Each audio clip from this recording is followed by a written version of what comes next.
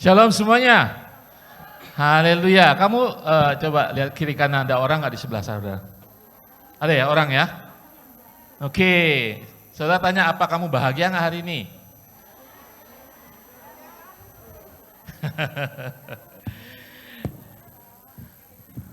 Siapa yang bahagia hari ini? Siapa yang tidak bahagia kemarin?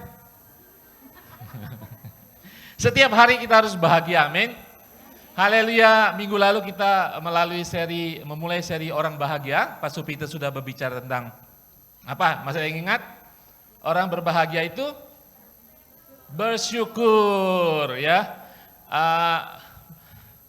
Kita berbahagia, kita percaya. Tapi mungkin kita kadang-kadang kurang bersyukur, ya. Firman Tuhan kemarin mengajarkan kita, kalau kita orang berbahagia, kita bersyukur. Kalau saudara tidak bisa bersyukur sampai hari ini, pelajarannya adalah gambaran Allah dalam kehidupan saudara. Ada salah gambaran Allah dalam kehidupan saudara kalau saudara tidak bersyukur. Kita tahu Allah kita Allah yang baik, Bapa pemberian yang baik. Amin. Oke, kita tahu Allah yang baik, Allah memberikan yang baik. Kalau kita bukan penerima yang baik, kita tidak bisa bersyukur, saudara. Betul? Kalau kita tahu Allah pemberi yang baik, saya sudah menerima banyak kasih karunia, berkat Tuhan. Tetapi kalau saya sendiri tidak menjadi penerima yang baik, otomatis saudara tidak bisa bersyukur. Amin. Orang yang tahu bahwa Allah pemberi yang baik, dia menghadapi segala masalah dalam kehidupannya sekalipun, dia masih bisa bersyukur. Amin. Dan kita belajar bagaimana secara praktikal kita melakukan banyak hal untuk menjadikan kita umat Allah yang berbahagia dan kemudian bersyukur. Ada lifestyle, cara hidup yang harus kita ubah. Amin. Kita harus kembangkan cultivate kebiasaan kita. Doa pagi, kita bersyukur untuk hari ini. Kita nggak tahu sejam kemudian tidak tahu apa yang terjadi, tapi kita bersyukur kepada Tuhan. Kita bersyukur dalam segala situasi. Amin. Dan kita bersyukur ada teman-teman di kiri kanan kita. Katakan kiri kanan, terima kasih aku boleh bertemu engkau di rumah Tuhan. Amin. Saudara sedang bersyukur saat ini. Amin. Haleluya. Saudara, hari ini kita seperti Pastor Jeremiah mengatakan, orang berbahagia itu memberi dan menerima kasih. Judul dari firman Tuhan hari ini, memberi dan menerima kasih. Ya, kita akan belajar banyak pada siang hari ini. Kalau saya ingin boleh bertanya, ya, kalau kita boleh mengingat memori ya kehidupan kita pada masa kecil kita punya masa-masa bahagia, ya kan? Ya betul saudara ya. Waktu kecil itu kayaknya lebih seneng gitu dulu ya, lebih bahagia gitu ya. Saudara ingat hujan-hujan, saudara main di hutan, main di rumput, main di sawah gitu kan. Happy sekali, pulang-pulang diomelin, ya kan. Besok hujan main lagi, kayaknya happy, ya kan. Sekolah capek, ujian, habis itu liburan, happy ya. Pada masa kecil kita menemukan banyak sekali memori yang membuat kita bahagia. Saya ingat ketika kecil saya SD gitu ya, setiap pulang sekolah lari ke hutan, main sama teman, ya, berenang di sungai yang mengalir, ya, sampai kadang-kadang ada berang-berang sampai ketakutan, lari bubar semuanya, ya. Berapa banyak saudara yang merasa bahagia ketika masa kecil saudara bisa main mainan tradisional, ya kan? Main karet lah, main apalah, main petak umpet lah, ya kan? Sampai maghrib yang umpet di mana, yang cari di mana, pokoknya bubar, ya kan? Happy. Itu masa-masa kita masih kecil, kita happy. Nah, sekarang ketika saudara dewasa, apa yang membuat saudara happy? Apa yang membuat saudara bahagia? Tinva, ya, Sanka, yang baru, yang paling grace, ya kan? Ya kan? Saudara, saya percaya 99,9% di sini adalah kaum wanita ya, ketika saudara ke toko itu ya, ya kan, sudah diincar, saya tunggu gajian, ketika terima di toko itu saya beli, happy nggak? Happy pada saat itu, ya kan? Saudara, happiness, kebahagiaan pada zaman sekarang ini banyak diterjemahkan sebagai konsumsi, ya. Kita membeli sesuatu, memuaskan kita, handphone baru, ya kan, baju baru, sepatu baru, itu membuat kita happy. Ya, apa yang membuat kita happy ketika kita menjadi orang dewasa saat ini? Uang, kesuksesan, kemasyhuran, nama, banyak like di Facebook, happy kan? Ya kan? Banyak like di Facebook, happy kita semuanya. Ya, saudara, di dunia ini happy itu ada dua macam. Happy jangka pendek seperti tadi ketika saudara mendapatkan sesuatu yang saudara inginkan, saudara happy. Baju baru happy, habis pulang rumah happy-nya selesai, bajunya digeletakin dan lupa itu baju. Yang penting happy ketika di toko itu, diskon lagi, ya kan? Ya. Ada juga happy jangka panjang, kebahagiaan jangka panjang itu ketika kita tercapai cita-cita kita, ya. Tujuan hidup kita tercapai, kita happy, anak kita berhasil, kita happy, ya. Tetapi ada satu kebahagiaan yang harus kita capai sebagai orang percaya. Saya percaya sudah memilikinya. Ketika kita tahu bahwa kita dikasihi Tuhan, itu adalah kebahagiaan yang bersifat permanen. Ya kan? Jangka pendek hanya seumur jagung, jangka panjang akan berubah juga seiring dengan waktu. Kebahagiaan yang permanen ketika saudara sadar sebagai anak Tuhan, saudara dikasihi Tuhan, diberkati Tuhan, apapun yang terjadi dalam kehidupan saudara, saudara tetap menjadi orang happy dan bersuka cita. Amin. Saudara orang happy saat ini? Ya, orang happy bersyukur, orang yang bersyukur akan happy. Amin. Hari ini orang happy, orang yang bahagia akan memberi dan menerima kasih. Karena dia sudah menerima kasih, dia akan memberikan kasih kepada banyak orang. Saudara, ada universitas di Amerika yang terkenal namanya Harvard, itu terkenal sekali dan susah sekali masuk.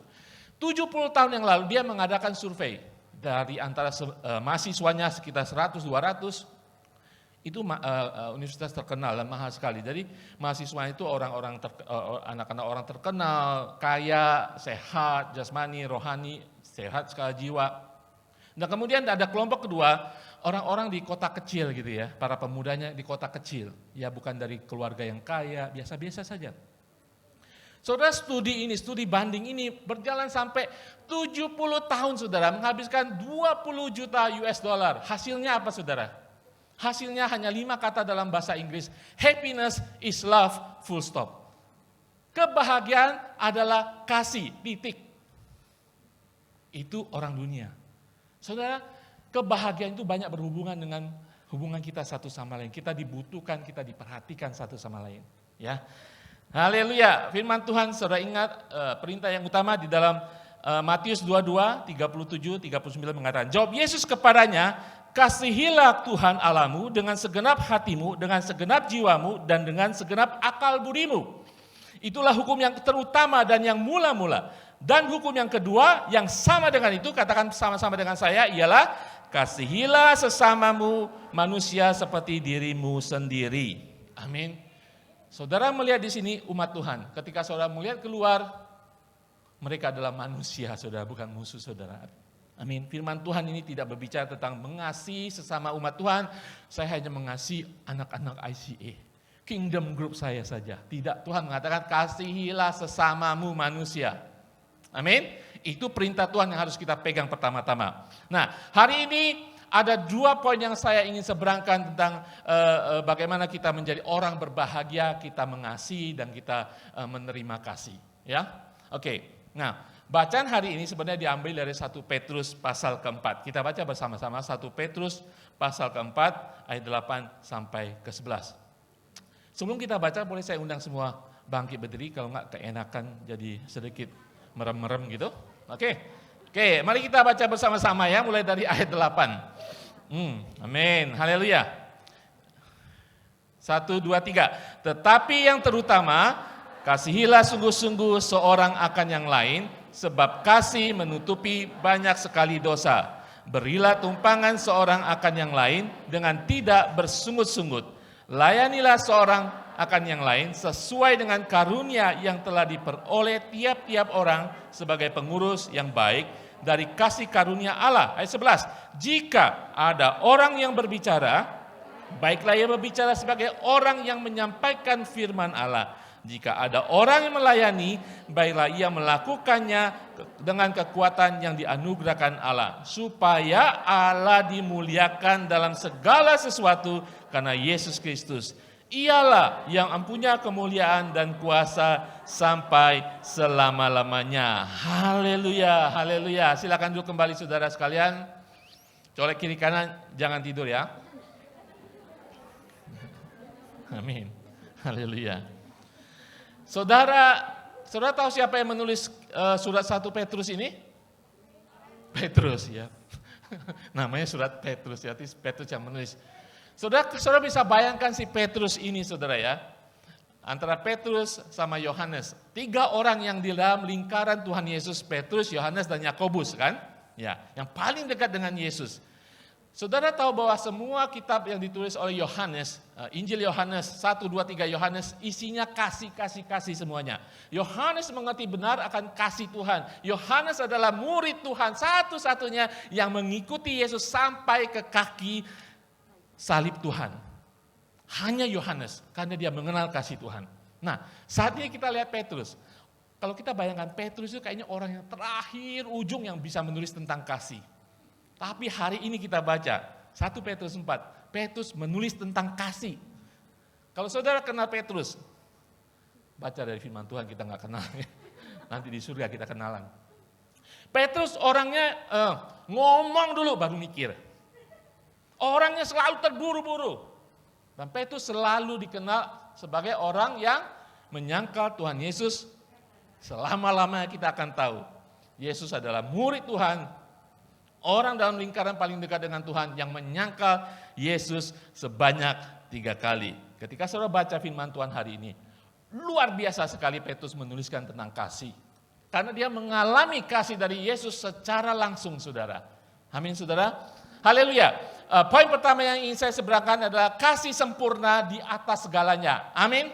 Kasih sempurna, kasih ilahi, kasih agape berada di atas segala-galanya. Hari ini pelajarannya adalah saudara dan saya, kita orang berbahagia, kita sudah menerima kasih Tuhan. Bagaimana kita memberikan kasih Tuhan saat ini? Kita belajar. Mungkin dalam kehidupan kita masa sebelumnya kita gagal saudara. Ketika kita mengasihi seseorang, kita mengasihi dengan syarat. Ya kan? Kita mengasihi dengan kasih pengertian kita yang mungkin sudah terkontaminasi dengan niat motivasi kita. Ya kadang-kadang kita mengasihi seseorang ya, ada sedikit penghakiman. Jujur? Ya kan? Betul ya? Itu kasih kita, kasih manusia. Hari ini kita belajar kasih ilahi, kasih yang sempurna harus berada di atas segala-galanya. Ya. Kita belajar dari 1 Petrus 4 ayat 8 tadi. Satu ayat itu ya, ayat 8. Dikatakan, saya ambil dari terjemahan lain. Di atas semuanya itu, teruslah saling mengasihi dengan sungguh-sungguh, bagian A. Di atas semuanya itu, teruslah saling mengasihi dengan sungguh-sungguh. Petrus yang ngomong ini saudara. Artinya apa? Di atas semuanya itu harus menjadi prioritas kita mengasihi seseorang dengan kasih yang dari Tuhan, dari ilahi, kasih agape. Di atas semuanya itu. Dan kemudian dikatakan teruslah itu artinya apa saudara? Tidak berhenti saudara, tidak berhenti dan tidak memilih, oh saya hanya menerus sampai sekian karena saya nggak suka orang itu. Ya kan? Kasih kita milih-milih kan, betul? Kasih agape harus berada di atas segalanya ketika kita memberikan kasih kepada orang. Amin. Terus menerus kita harus mengasihi seseorang dengan kasih yang dari surga. Amin. Yang kemudian dengan sungguh-sungguh dalam bahasa Yunani-nya itu dengan keyakinan yang tulus dan teguh. Tidak dengan emosi. Berapa banyak saudara kita kadang-kadang mengasihi seseorang, kita dengan emosi kita, ya kan? Dengan perasaan kita, dengan keadaan kita. Dan kita tahu persis kita sudah menerima kasih yang dari agape, kasih yang dari ilahi dalam kehidupan kita. Amin. Kasih yang sempurna berada di atas segala, di atas masalah saudara, di atas segala pergumulan saudara, di atas emosi saudara, di atas kasih saudara dan saya yang tidak sempurna adanya. Haleluya. Saudara, kalau kita melihat Petrus lagi ya, hamba Tuhan ini luar biasa. Kenapa dia bisa menulis ini? So, ingat bahwa ketika dia sudah menyangkal Tuhan Yesus 3 kali, saudara bisa merasakan kalau saudara menyangkal seseorang, mengkhianati seseorang, pasti menyesal sekali kan? Menyesal sekali. Tuhan, gurunya, dia orang paling dekat dengan Tuhan. Ketika Tuhan Yesus sudah bangkit, saudara ingat ketika Tuhan sebelum naik ke surga dia panggil Petrus, Petrus ini.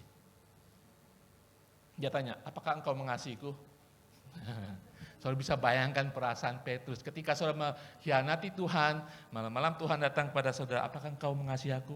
Oh, rasa bersalahnya itu tambah besar, bukan?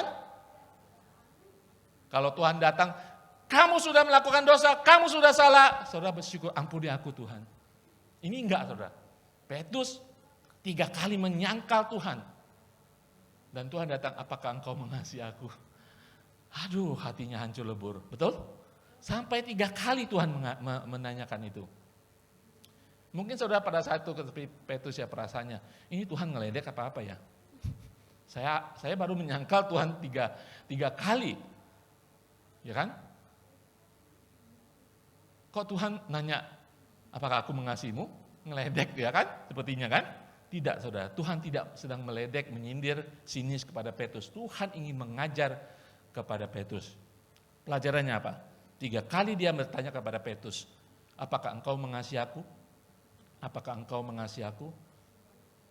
Terus Tuhan Yesus mengatakan, kasih makan, gembalakanlah domba-dombaku. Amin. Ketika dia bertanya, apakah engkau mengasihi aku? Petrus pasti merasa dia boleh mengasihi Tuhan Yesus. Dia mengatakan, aku mengasihi engkau. Tapi di dalam hatinya dia pasti merasakan begitu besar kasih Tuhan pada dia.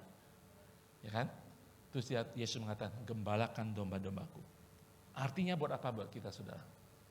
Kita tahu Tuhan sudah mengasihi kita. Di balik segala kesalahan dan dosa kita yang kita lakukan mungkin sampai saat ini. Allah, Tuhan Yesus masih mengasihi saudara dan saya. Amin. Tuhan Yesus mengatakan, kasihilah domba-dombaku yang lain. Bagi kasih yang bukan dari engkau, kasih dari aku. Kepada domba-dombaku. Kepada jemaat Tuhan yang lain, kepada sesamamu manusia. Amin. Petrus belajar di sana. Sehingga Petrus bisa menulis 1 Petrus 4 ini yang luar biasa, ayat 8 mengatakan tadi, di atas semuanya itu, apapun kesalahan saudara, penyesalan saudara, keadaan saudara, teruslah saling mengasihi dengan sungguh-sungguh. Amin. Saudara mau mengasihi dengan sungguh-sungguh? Amin. Bagaimana kita mengasihi? Kita lihat di ayat ke-9. Oke, ayat 9. Bagaimana kita mengasihi? 9 sampai 11. Pertama dikatakan, tunjukkanlah keramahan satu sama lain tanpa ayat 9. Tunjukkanlah keramahan satu dengan yang lain tanpa siapa yang suka mengeluh? Nah, ini firman Tuhan saya harus ikuti. Ya kan? Kasihlah sesamamu. Kasihlah musuhmu.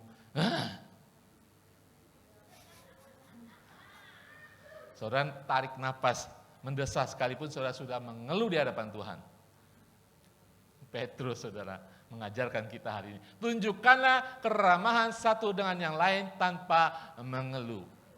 Kemudian dikatakan, karena setiap orang, ya mungkin kita tidak mampu. Ayat 10 tadi mengatakan, karena setiap orang telah menerima, apa?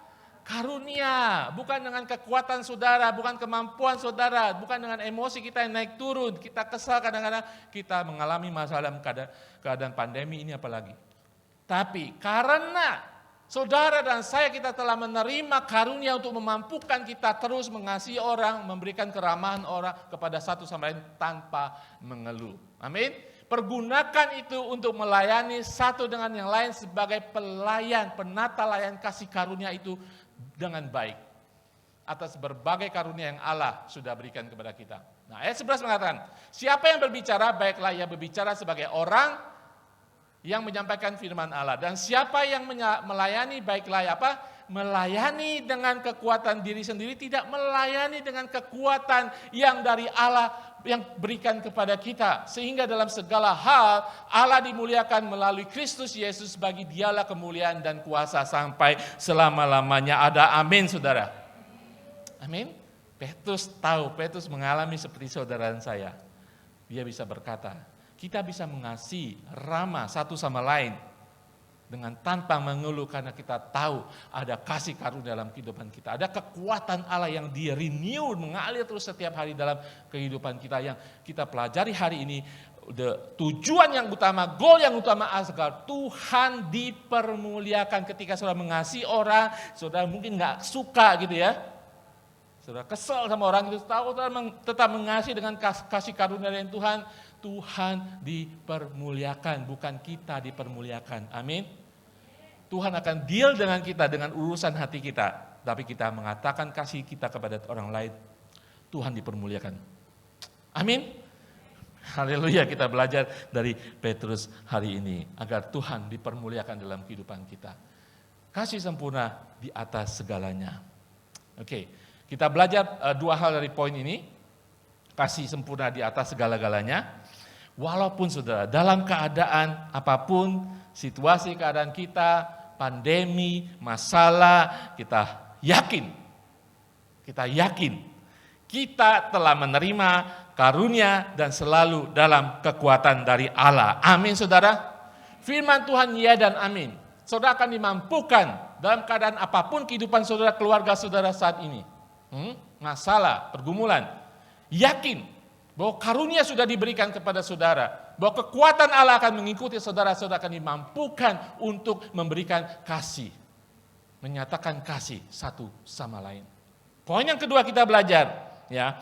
Dan dalam segala hal ini yang kita alami ya, mungkin saudara, saya nggak tahu atau hari-hari ini Tuhan meletakkan satu orang yang perlu saudara kasihi, ya. Di dalam segala hal ini hanya Tuhan yang dimuliakan dan kita boleh berkata, bukan lagi aku yang hidup, melainkan Kristus yang hidup di dalam aku. Amin. Kita akan dimampukan hanya kemuliaan bagi Tuhan. Amin. Haleluya. Saudara ingat, kasih sempurna itu sudah kita terima. Mari kita pakai kasih sempurna itu di atas segala-galanya. Bukan menarik orang, kita mengasihi seseorang bukan menarik kepada kita. Kita mengasihi seseorang dengan kasih sempurna, kasih agape untuk membawa orang kepada Tuhan. Amin. Saudara hanya distributor kasih yang sempurna. Bagikan. Sementara saudara bagikan kekuatan baru dari Tuhan. Amin. Apapun yang Tuhan berikan kasih karunia buat saudara, ya. Mungkin ada orang yang hadir saja, orang sebelah kita sudah menerima kasih, ya kan? Ada orang pasang telinga saja, orang teman kita sudah merasa dikasihi, ya kan? Mungkin Tuhan memberikan kasih karunia saudara berkata-kata hikmat, ya kan? Saudara punya karunia berdoa. Mungkin karunia saudara Tuhan memberkati dengan melimpah, saudara bisa membagikan, meringankan kehidupan seseorang. Saudara sudah membagi kasih, karena saudara sudah menerima kasih yang dari surga. Saudara, kasih sejati hanya bisa dialami melalui Yesus, bukan dengan kasih kita, gagal total. Amin. Hanya kasih sempurna dari Allah. Kasih sempurna berada di atas segalanya. Yang kedua, kasih sempurna menutupi semua. Kasih sempurna menutupi semua. Kita belajar 1 Petrus 4 ayat 8 bagian B. Bagian B mengatakan, sebab kasih menutupi banyak sekali. Jangan salah baca ya, jangan salah baca. Sebab kasih menutupi banyak sekali dosa. Ya. Bukan menutupi, tetapi menutupi banyak sekali dosa. Kita belajar ada 3 hal di sini ya. Karena kasih sempurna, sekali lagi bukan kasih manusia. Kasih manusia saya gregetan, saya mau menghakimi orang itu dan saya biar. Ya kan? Itu kasih kita. Kasih sempurna, apa yang dialami oleh Petrus diajarkan kepada kita. Karena dia sudah menerima kasih sempurna dari Yesus. Nah, saudara bisa bayangkan ya, kalau Petrus tidak mengalami kasih dari Tuhan, saya nggak tahu gimana ujung daripada kehidupan Rasul Petrus ya. Tapi kita tahu memang Petrus dipilih oleh Yesus, tapi karena dia merasakan kasih itu, dia menjadi orang yang mewakili Yesus ketika Yesus naik ke surga. Oke, ada 3 hal yang ingin kita belajar dari kasih sempurna menutupi semua. Pertama, kasih menutupi dosa berarti itu mengampuni. Ya, mengampuni karena kita mengasihi mereka. Karena Tuhan mengasihi mereka, karena begitu besar kasih Allah kepada manusia, ya kan? apalagi kita yang sudah menerima kasih karunia, kemurahan, keselamatan, kita harus bisa mengasihi seseorang dengan mengampuni mereka di dalam kasih Tuhan. Amin. Itulah arti daripada menutupi banyak sekali dosa, kita memberikan pengampunan.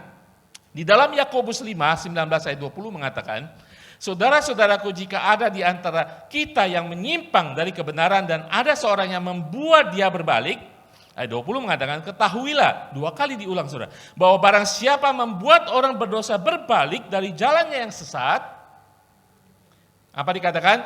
Ia akan menyelamatkan jiwa orang itu dari maut. Menyelamatkan dari maut dan kemudian menutupi banyak dosa. Artinya apa saudara? Ketika kita mengikuti firman Tuhan ini, menutupi banyak dosa, kita mengampuni dalam kasih, itu bisa menyelamatkan seseorang saudara. Ketika Petrus mengalami kasih dari Tuhan, itu menyelamatkan dia.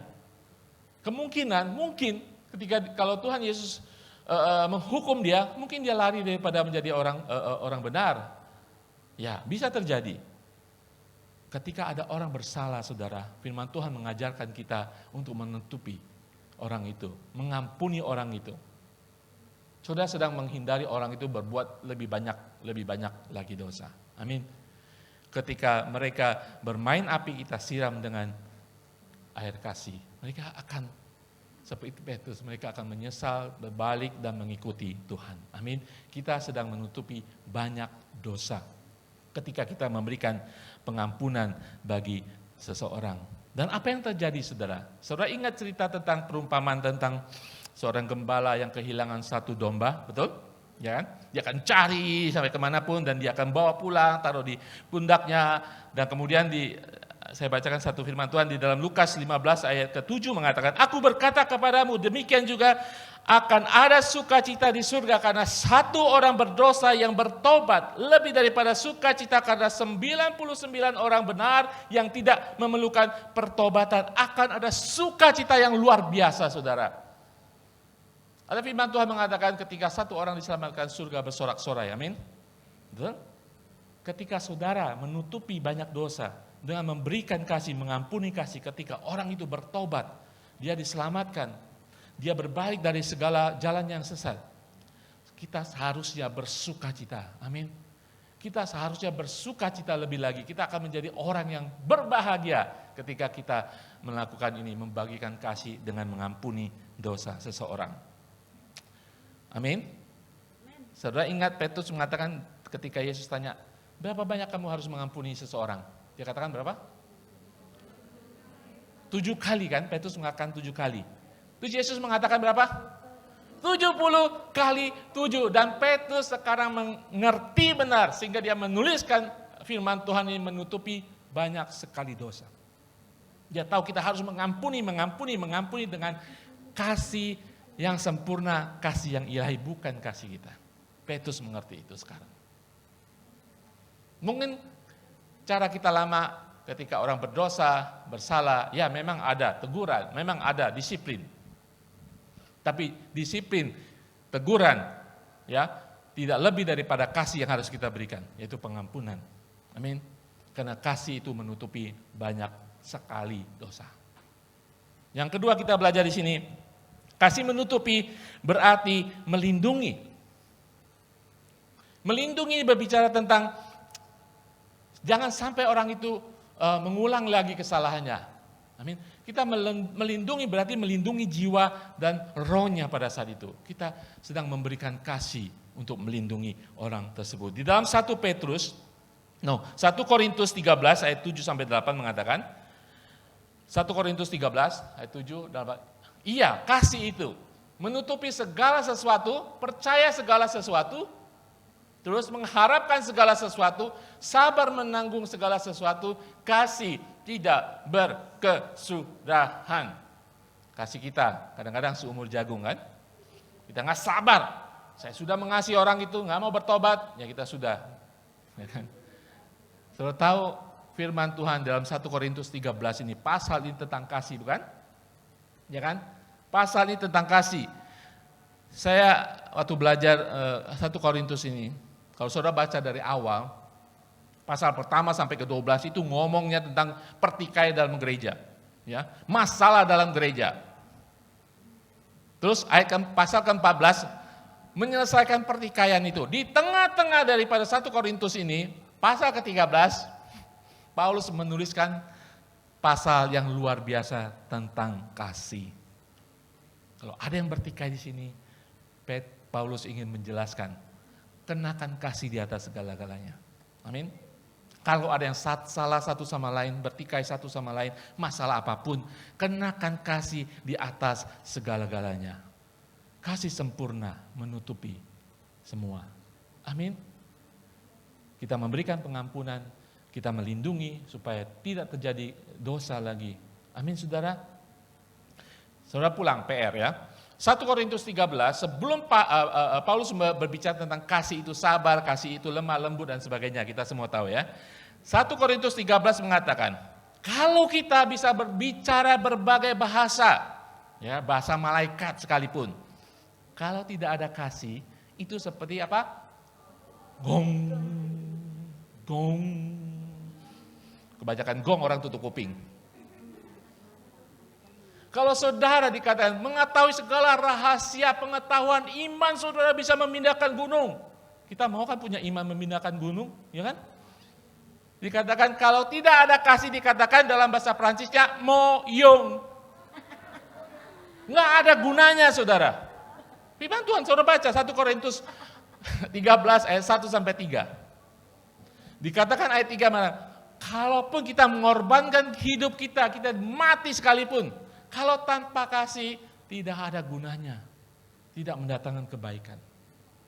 Jadi mulai sekarang, saudara, firman Tuhan hari ini mengatakan, kasih sempurna berada di atas segalanya, kasih sempurna menutupi semuanya. Amin, saudara. Haleluya. Yang ketiga, kita belajar kasih sempurna menutupi segalanya. Menutupi berarti kita belajar daripada teladan Tuhan Yesus. Kasih menutupi dosa berarti kita sedang meneladani kasih Tuhan. Karena hanya kasih Tuhan yang sempurna, kasih Yesus yang sempurna ketika di kayu salib. Yesus mengatakan, Bapa ampuni mereka. Tahu apa yang dialami Tuhan Yesus? Dituduh, difitnah, diludai, dimaki-maki, ditampar, dipukul, dicambuk, disalibkan. Bapa ampuni mereka semua. Karena mereka tidak tahu apa yang mereka lakukan. Itu kasih sempurna. Saudara dan saya, bagian daripada umat manusia yang sudah jatuh karena dosa awal. Kita menghukum Yesus, kita menghina Yesus, kita mencambuk Yesus. Dan Yesus mengatakan, ampuni kita semuanya. Amin, saudara. Kita sudah menerima kasih yang sempurna itu dalam kehidupan kita. Saya harap kita dengan tahu bahwa kita sudah menerima kasih yang sempurna, kita menjadi orang yang berbahagia. Ya kan? Bukan bahagia jangka pendek, bukan jangka panjang, tapi orang bahagia secara permanen. Kita tahu bahwa kasih Allah yang kekal itu, kasih agape itu, apapun keadaan saudara saat ini, dia akan mengikuti saudara, buntuti saudara, sampai selama-lamanya. Apakah saudara tidak bersuka cita? Apakah saudara tidak menjadi orang bahagia? Amin. Katakan kiri kanan, seharusnya kamu jadi orang bahagia, tahu?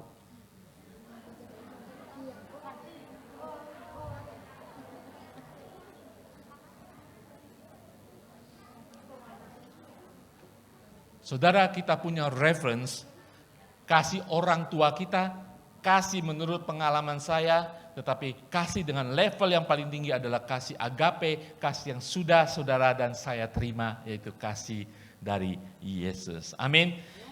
Karena Yesus mati mengasihi kita dengan sempurna, semua dosa kita diampuni. Tidak hanya diampuni, semua dosa kita dihapuskan oleh Tuhan, diputihkan oleh Tuhan. Amin. Kita harus menjadi orang yang paling bahagia di muka bumi ini. Amin. Kalau saudara tidak berbahagia sebagai umat Tuhan, orang luar saja tahu, kamu orang gereja kok happy-happy ya. Ya kan? Mereka punya pikiran itu, orang gereja happy-happy. Kalau saudara kemana mukanya seperti habis dibaptis Tom Yam Kung, asam mulu gitu kan.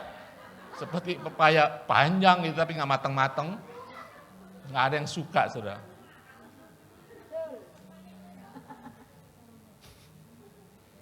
Kita harus menjadi orang paling berbahagia karena kita sudah menerima kasih karunia itu. Amin. Haleluya. Saya akan tutup dengan satu firman Tuhan menguatkan kita semuanya. 1 Yohanes 4:19 mengatakan, kita mengasihi karena Allah lebih dahulu mengasihi kita. Amin. Saya undang semua berdiri, saya minta tim musik bisa maju ke depan. Haleluya. Terima kasih Tuhan Yesus. Hari ini Tuhan, kami boleh menemukan diri kami lagi Tuhan. Kami seharusnya, selayaknya menjadi orang yang paling berbahagia di muka bumi ini. Terima kasih Tuhan untuk kasih sempurna-Mu yang boleh kami terima Tuhan. Terima kasih Tuhan bahwa kasih-Mu Tuhan mengikuti kami seumur hidup kami Tuhan. Selama-lamanya Tuhan. Biarlah pada sore hari ini Tuhan, ketika kami tahu bahwa kami memiliki kasih yang begitu sempurna, kami mau memakai kasih ini Tuhan untuk mengasihi sesama kami. Di dalam gereja ini, di dalam kingdom group kami, ataupun di luar sana, orang-orang yang Kau pertemukan dengan kami ingin mengasihi dengan kasih yang sempurna.